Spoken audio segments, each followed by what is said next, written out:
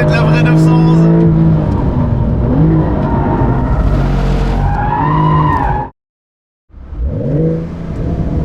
Ciao à tutti, j'espère que vous allez bien. Aujourd'hui on est en Italie pour essayer cette toute nouvelle Porsche 911 GTS qui n'est rien d'autre que la 911 Carrera, la plus puissante jamais faite.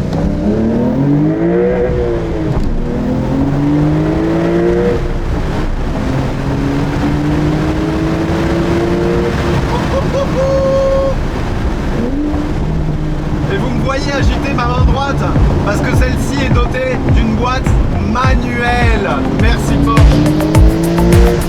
You got that something, baby, that I can go without, just like a poison in me. You're all that I'm about, loving the highs, don't mind the lows. It's getting out of my control. I want that something, baby, 'cause I can go without. Aujourd'hui ça va être un essai route et circuit de cette voiture en fait qui se situe vraiment entre une Carrera S et une 911 Turbo S. Elle est disponible en 5 versions, coupé, cabriolet, GTS ou 4 GTS, donc propulsion 4 motrices. Et la cinquième c'est celle-ci, la Targa, avec le magnifique toit en verre derrière, qui est uniquement disponible en 4 motrices. Et sur chacune des versions, vous pourrez opter soit pour la PDK, soit pour cette boîte manuelle qui a été spécifiquement développée pour la GTS, avec un levier raccourci de 10 mm. Les changements sont assez courts, on va le voir, ça va être très sympa. Via la clé, on peut activer le toit qui se ferme. En fait, c'est un toit en toile qui se ferme devant le toit en verre. Donc voilà, si t'es un peu loin au café et que tu vois qu'il se met à pleuvoir, tu peux fermer le toit de ta 911 Targa, ne t'inquiète pas. Et donc la Targa, c'est ça, la spécificité, c'est qu'au lieu que ce soit un cabriolet complet à l'arrière, on a toujours ce toit en verre et ce montant qui, sur la GTS, est en noir satiné avec l'écriture Targa en noir. Le moteur, c'est le Flat 6 3 litres, il est caché à l'arrière, ici en porte-à-faux arrière. Et donc la GTS, à part, qu'est-ce que c'est? C'est beaucoup de noir. On a les phares LED à fond noir, à l'avant, toutes les parties qui peuvent être en plastique sont noires. Petit badge GTS en bas ici. Sur la Targa, ça c'est en noir. Les petites ailettes au-dessus du moteur sont en noir satiné. Écriture du badge, c'est une encyclopédie le truc en noir. Badge Porsche en noir. Et sur la GTS, l'échappement sport est aussi en noir. Donc t'as compris, c'était un peu une sorte de pack black, en plus des options et en plus un peu du côté un peu plus sportif. En option, seulement sur la GTS, on peut avoir un pack Light Sport qui diminue le poids de la voiture de 25 kg. Donc notamment, il y a une suppression des sièges arrière, il y a une batterie plus légère, un vitrage latéral et arrière plus fin. Et dans le sous-bassement, il y a un fond plat amélioré qui augmente l'appui aérodynamique aussi de 30 kg. Celle-ci dispose des jantes de 20 et 21 pouces de la 911 Turbo S. De série, on a quand même des jantes à écrou centraux qui sont très jolies. Dites-moi dans les commentaires ce que vous préférez comme déclinaison de la 911, la coupée, la cabriolet ou bien la Targa. J'attends vos réponses. Elle est vraiment canon, je trouve, la Targa. On passe à l'intérieur rapidement parce qu'on connaît l'intérieur de la 911. Donc seuil de porte déjà aussi full black Targa 4 GTS. Les sièges Sport Plus réglables extrêmement bien, le volant réglable extrêmement bien. Celle-ci a le pack intérieur GTS, donc on a ici l'inscription brodée et le tissu qu'ils appellent Race Tex, mais c'est de l'Alcantara. On l'a aussi sur le petit soufflet et le pommeau de levier de vitesse, ainsi que le volant. Ici, ça en couleur extérieure carrosserie, ainsi que sur le pack Sport Chrono, c'est une option Porsche exclusive manufacture. Et c'est un intérieur assez austère, hein, c'est Porsche. C'est pas aussi fleuri, aussi joyeux que la 911 Turbo S que j'avais essayé avec le cuir rouge. Là, c'est de l'Alcantara, du carbone sur piqûre blanche. C'est austère, mais c'est extrêmement bien fini, extrêmement classe. C'est très très fonctionnel. Nouveau système multimédia mis à jour sur lequel on peut avoir aussi Android Auto désormais. 911 GTS qui démarre à 140 000 €. On écoute la sonorité et on y retourne.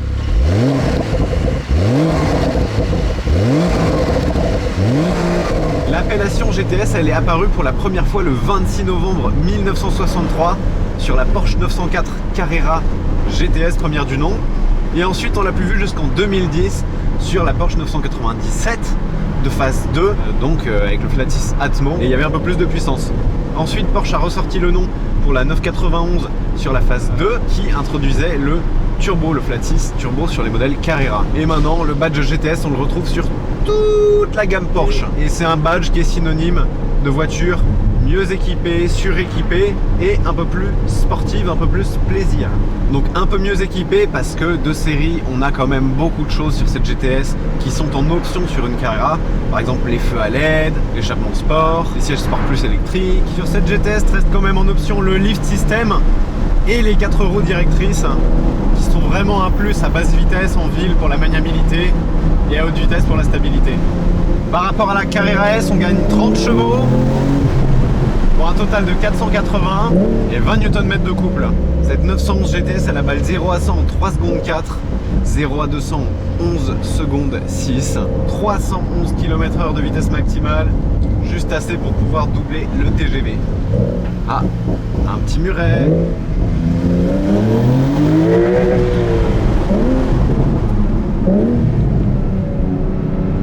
Cette boîte méca est pas mal.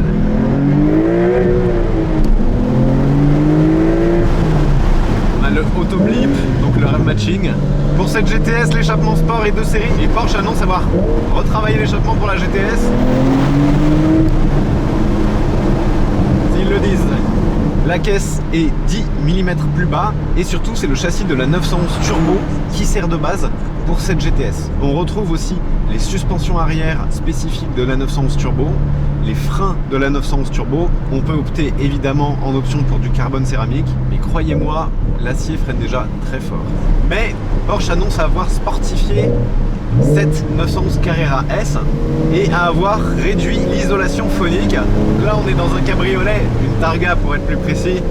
On va pas l'entendre, mais peut-être que sur le circuit tout à l'heure, restez avec moi, on va entendre la différence. Et c'est ça le plus important, ça va pas être pour moi le changement de performance. Une Carrera S, ça poutre la route déjà.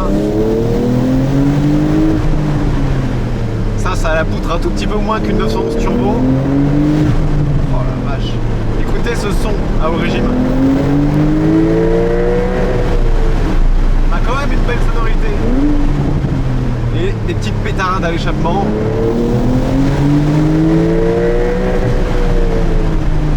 Ah, c'est rageur. Et avec la boîte méca, t'exploites chaque tour minute. J'ai fait de l'autoroute pour venir. Alors ils ont une petite lèvre ici sur le toit, tu peux l'ouvrir, c'est un truc manuel, hein, c'est pas automatique. À partir d'une certaine vitesse, en fait, il va y avoir une résonance à cause du vent dans la cabine. Cette petite lèvre permet de diminuer un peu la résonance. Jusqu'à 110, ça va. À 130, il y a vraiment beaucoup de bruit d'air, je trouve, dans la cabine.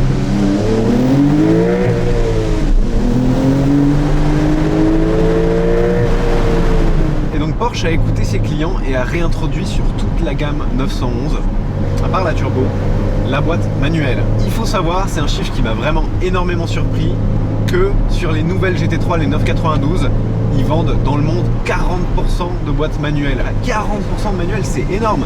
Et c'est d'ailleurs la gamme, la GT3, où ils vendent le plus de boîtes manuelles. Donc on est sur un turbo, on n'est pas sur un Atmo. Et tu vois, là je suis en 4ème à 50 km/h, pied au plancher. Il se passe vraiment pas grand chose. En dessous de 3000, le moteur est vraiment creux. C'est un peu le problème de ce flat 6 turbo. C'est le manque de couple en dessous de 3000 tours. Donc ça commence vraiment à souffler, t'entends les turbos qui se chargent à 2500 tours. Et à partir de là, le truc c'est un boulet de canon. C'est aussi ce que j'aime dans un moteur de turbo, c'est que t'as un vrai coup de pied au cul. Et avec la boîte méca, faut vraiment que tu choisisses bien ton rapport. Sinon, si t'as un rapport au-dessus sur celle-ci, c'est mort. Là, je suis en mode sport, mais sans le PDCC actif, sans les suspensions sport. Et c'est franchement confortable.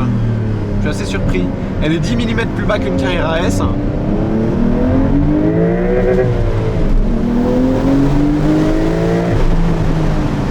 Et franchement, pas mal niveau confort. Cet échappement qui pétarade là. Oh là là. Oh.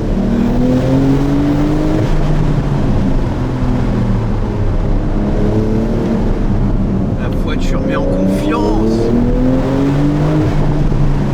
Les freins acier, ils ont un mordant initial qui est vraiment très sympa, très rassurant, toujours chez Porsche. Épingle, première. Tu vois, la direction est assez directe, je peux laisser mes mains à 9h15.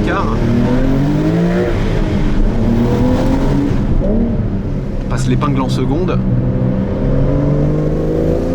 Ça permet de ressortir un peu plus vite parce que tu es sur le couple à mi-régime, donc c'est pas trop violent.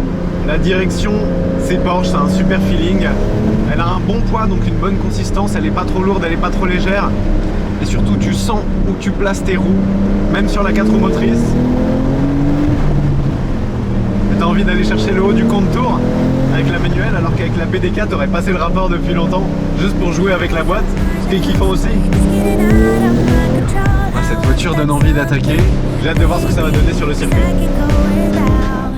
Mama used to tell me love ain't right if it ain't easy, but I'm in too deep to walk away from you. Papa used to tell me love should never drive you crazy, but I lose my mind if you don't get his suit. I'm addicted to your love, to your love, your love. I'm never gonna get enough. I'm a sucker for your love, for your love, your love. I'm never. On vient de poser les voitures. La Targa, je la laisse ici.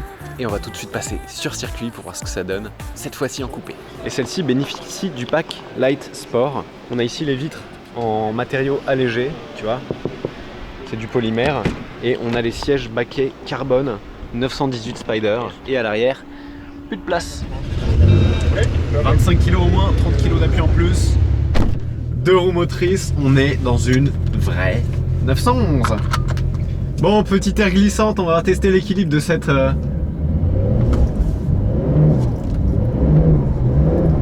911 GTS Propu.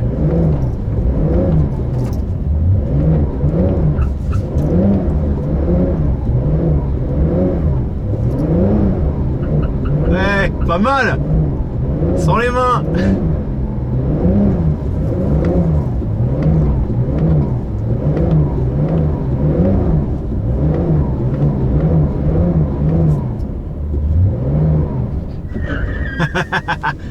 On est sur la plus pure des 911 avant la GT3. C'est le compromis entre la Turbo S, qui est vraiment très GT et en même temps performance d'hypercar, et la sportivité d'une 911 propulsion et plus légère celle-ci. On a quand même 480 chevaux sur les roues arrière, 570 Nm de couple. Oh, la sonorité.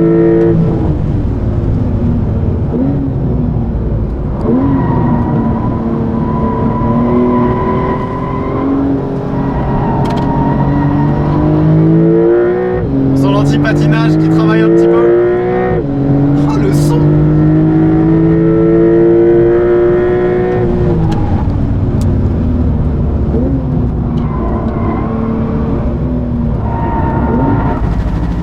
Ah, sous virage. Allez, on enlève un coup de SP. Waouh, waouh, waouh, la sonorité.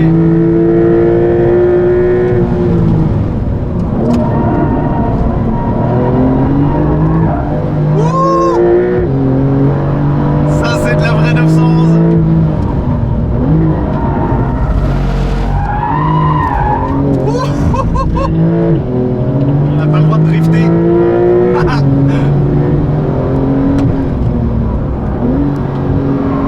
la direction est incroyable. Tu sens ce que font les roues avant, tu places la voiture.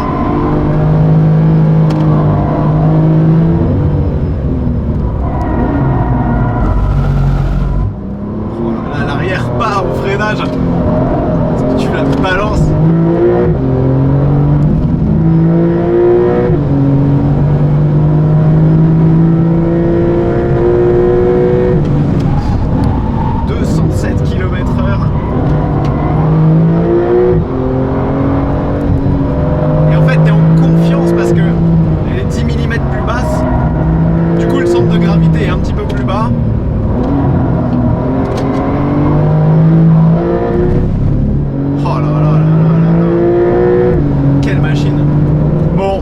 Incroyable.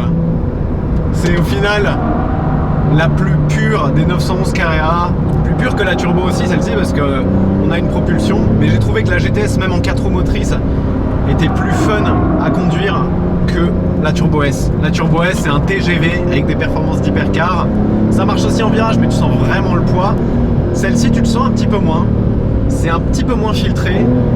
La diminution de la sonorisation fait qu'à haut régime, là, entre 6005 et 7005 à pleine charge, tu as l'impression presque d'avoir un moteur Atmo. Là, ils ont fait un bon boulot. L'équilibre l'équilibre est top. La boîte PDK, fidèle à elle-même, elle est incroyable. La boîte méca sur des petites routes comme on a fait, c'est vraiment très très sympa. Sur circuit, je prendrais plus ça qu'une Turbo S. Sur la route, je prendrais peut-être plutôt une Turbo S. J'avais vraiment beaucoup aimé la Turbo S. Mais la Targa avec la boîte méca, c'est vraiment un plaisir singulier. Très très cool. Bon, j'espère que vous avez aimé cette vidéo et aimé la découverte de cette 911 GTS. Je vous remercie encore de votre fidélité. Abonnez-vous si ça n'est pas déjà fait. Petit pouce bleu pour soutenir la chaîne. Et je vous dis à très bientôt pour la prochaine vidéo. Ciao. You got that something, baby, that I can go without.